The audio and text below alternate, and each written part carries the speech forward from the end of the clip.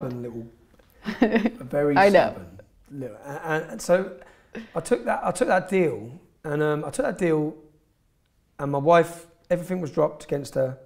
I pleaded guilty, so they got what they wanted. That's what you've got what you wanted. They then put me to prison, and I was sent to Wood Hill prison. Now, in between this 4 years of this case, I illegally entered your country. And I illegally entered your country in 2012. And I did that because in 2011, I tried to enter America. I was held at JFK Airport. I was deported. And the reason they gave me was that the British had told them not to let me in. They said, usually there's a bit of leeway here. We've been completely asked from your side, you're not coming in. Like, you're going back. So I thought, okay. So the next year come, I think it was the 10-year anniversary, maybe, 10-year anniversary of September 11th. And I wanted to go pay my respects, but I also felt that I wanted to give a warning to America. And I felt the warning was that important, that I knew what I was doing was illegal. I used a friend's passport, and I come to America, and I actually got in. I got told to go to a waiting room, and I went straight out of the airport. Crazy. And I gave a speech. And I knew what I was doing was wrong, but the whole way through it, I thought, if I'm morally right, I wish someone come to my country and warned me 20 years ago, warned our citizens 30 years ago, this is what's going to happen. Now, I've lived in Luton, I've experienced my whole life of Islam, so I come with a warning to America. Now, I wasn't charged by the Americans, I was arrested by the British 6 weeks later, and I was sentenced to 12 months in jail for 2 days in New York. On those 12 months, I spent 22 weeks in solitary confinement. Which I can't even imagine how that affected you mentally. No, you're only allowed to do 28 days on solitary confinement for mental health. They switched you. What they did is every 28 days, they moved me from one basement of a prison to another basement of a prison to another basement. I went around 5 different prisons. And to be honest though, I was safe because I didn't see anyone. I mean, I didn't see anyone. I wasn't allowed to work, I wasn't allowed to go to church, I wasn't allowed to do anything. Every single right that every other prisoner has was taken away, and they used the excuse that I would be killed, which, fair enough, I probably would have been. But I was safe. So years on, I plead guilty to this charge, and I go back into the prison system, and I'm thinking, well, you know, my profile has risen. More people want to kill me than ever. I'll probably be locked away on my own again. And I wasn't. And I was sent to the maximum security prison called Wood Hill Prison, which houses some of the country's worst terrorists. And this prison, my prison sentence, what I pleaded guilty for was that a form was filled out wrong on my brother-in-law's mortgage form. No one lost no money, no one got hurt.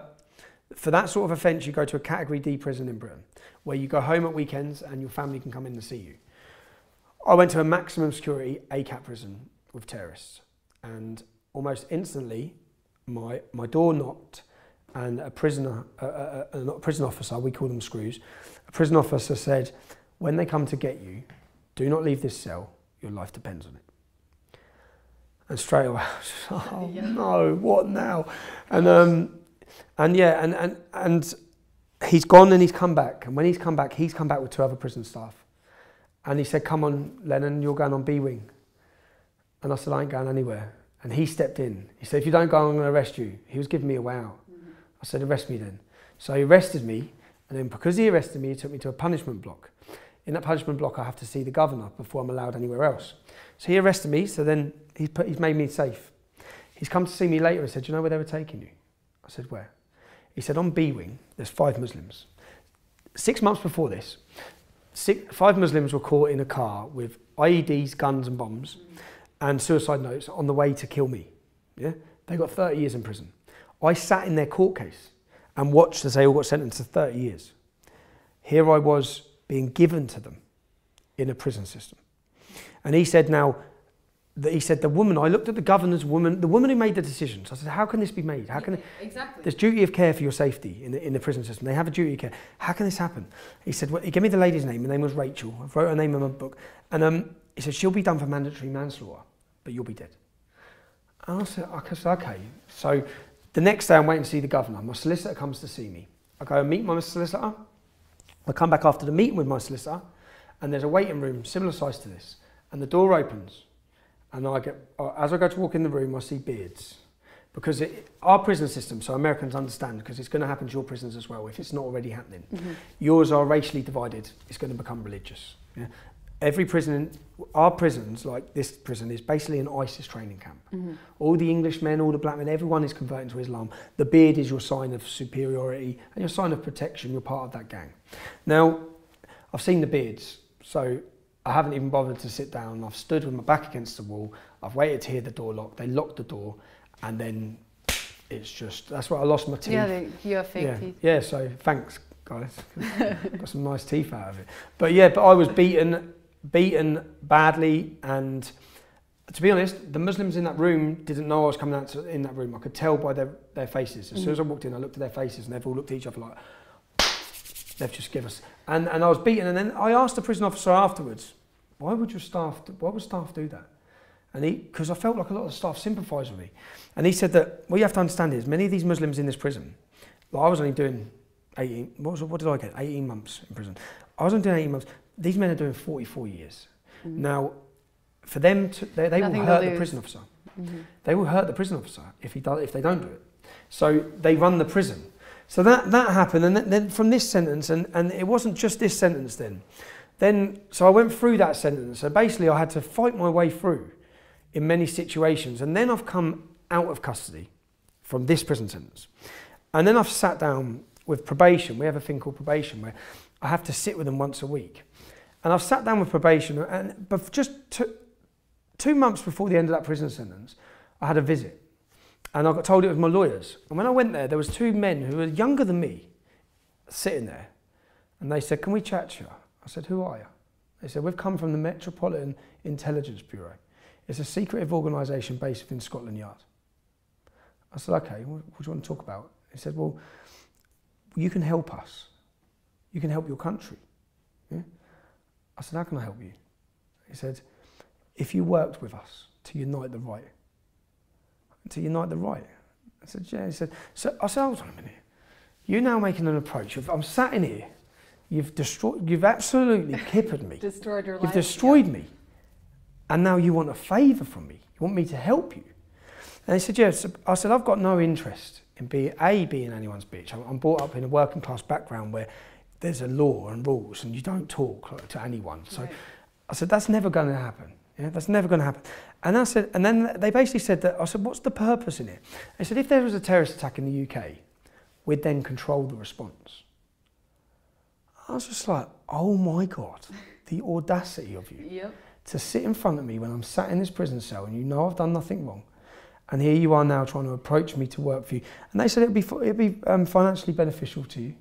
And then they said, and I said, I've got no interest. They go, it's okay, what are you going to do when you leave jail? What are you going to do now? Bearing in mind who you are. I said, well, I managed to hold on to 7 properties the whole way through this. So I managed to keep the properties, they're all rented out.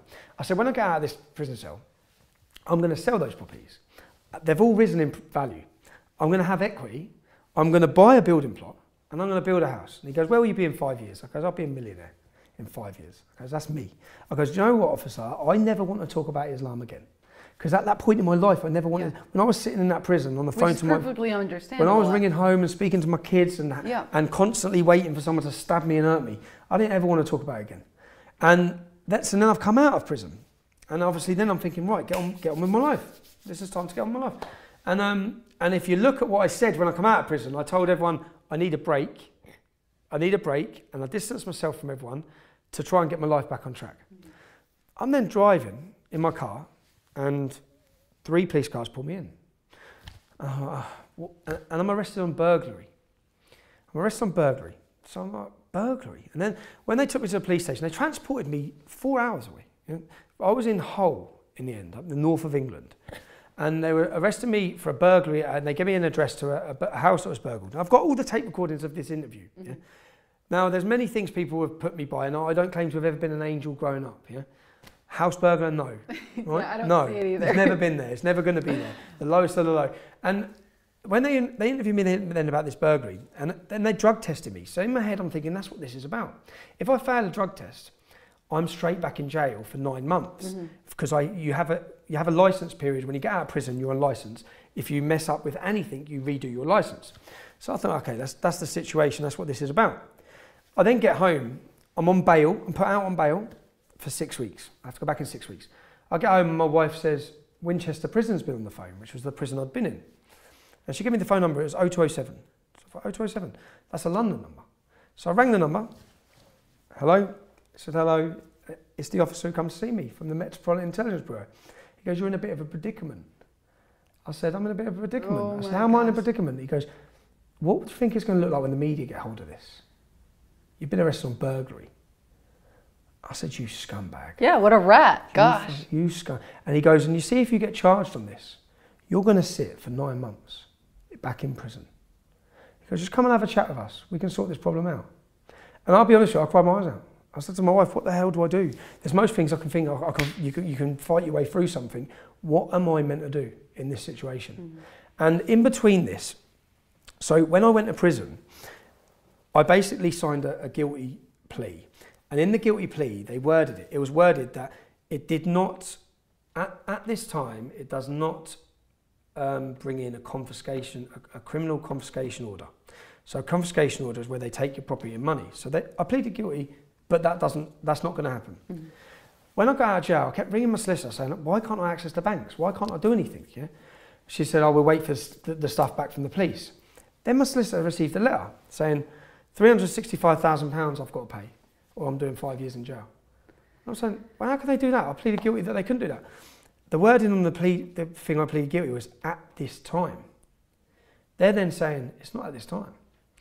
It's past that time. Mm-hmm. So we're taking that. So then I get a contact again from the MIB. You're going to have to pay £365,000. We can make that go away. I said, I ended up going to court and fighting it, and the judge ruled against them. But the judge ordered me to pay £125,000 to the police for a crime that I had no financial gain in at all. In fact, I've just been in court 2 weeks ago on this, and the judge and everyone, I've got it all in black and white, I'll give you the documentation. They've all accepted that everything that happened in this case was illegal, okay? But I'm out of time to appeal. So everything they'd done at this moment was completely criminal. Yeah? And I've got it in black and white from the defence, the prosecution, and the judge, that what they'd done. But what they were doing was putting me in a position then to take my money where they think I have to work with them. Now, this is the dark side of the state. Yeah. And if they're doing this to me at the time, I remember thinking, how many Muslims are they doing this to? Probably none. No, because every single time we have a terrorist attack, we find out that our security services have been involved with them. And then I started thinking about high-profile Muslims, and I started questioning everything about what they're up to in the system. But I've then sat down with probation. So I've gone to court. I've been ordered to pay £125,000. I've come out of court, my phone rings again. We can make it that you only have to pay £1 a month. You'll never have to pay it. Come have a chat with us. So you don't get this, do you? This is never going to happen. Okay, leave me alone. They were just